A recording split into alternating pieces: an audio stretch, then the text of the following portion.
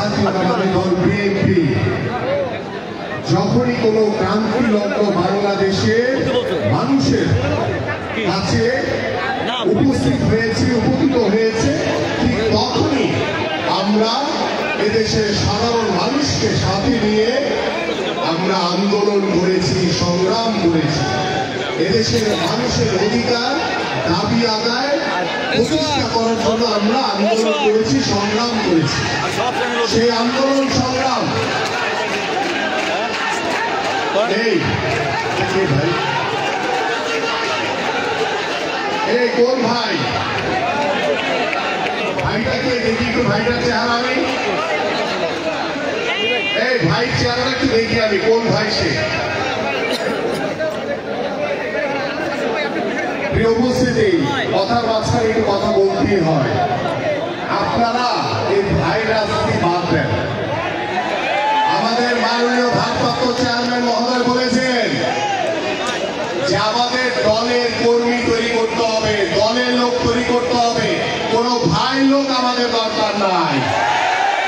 যদি ভাই লোক তৈরি করতে চান তাহলে এখানে আইসে যা দয়া করে, এবং এখানে যারা বসে আছেন শেষ পর্যন্ত যারা বসে থাকবেন দয়া করে কোনো স্লোগান দিবেন না, কোনো ভাইকে নিয়ে স্লোগান দিবেন না।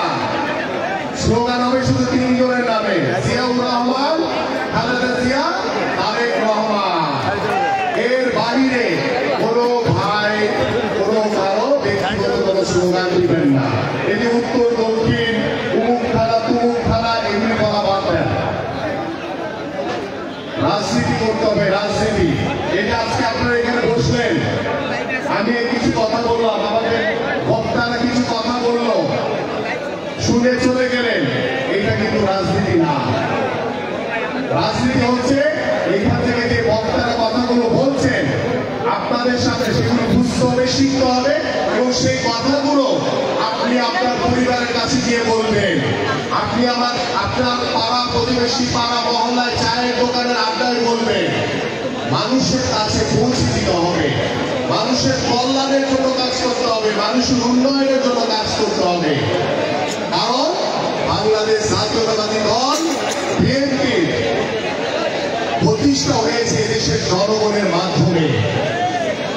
এদেশের জনগণের মাধ্যমে বাংলাদেশ জাতীয়তাবাদী দলের প্রতিষ্ঠা।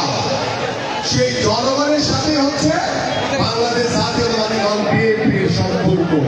সেই সম্পর্ককে কিভাবে আরো দৃঢ় করা যায়, আরো কিভাবে সুসংগঠিত করা যায়, কিভাবে আরো দৃঢ়ভাবে এদেশের মানুষের জন্য আমরা কাজ করতে পারি, সেই জায়গাটা তৈরি করতে হবে আপনাদের। কিন্তু সেই জায়গা তৈরি করার জন্য আপনাদের তো জনগণের কাছে যেতে হবে। যাবেন না আপনারা? আপনাদের জনগণের কাছে যেতে হবে, সাধারণ মানুষের কাছে যেতে হবে, তাদের সাথে কথা বলতে হবে। আজকে যে বিষয়টি নিয়ে আমরা কথা বলছি, রাষ্ট্র কাঠামো মেরামতের যে 31 দফা রূপরেখা, কেন রাষ্ট্র মেরামত দরকার, কেন এই রূপরেখা দেওয়া হয়েছে? এই রূপরেখা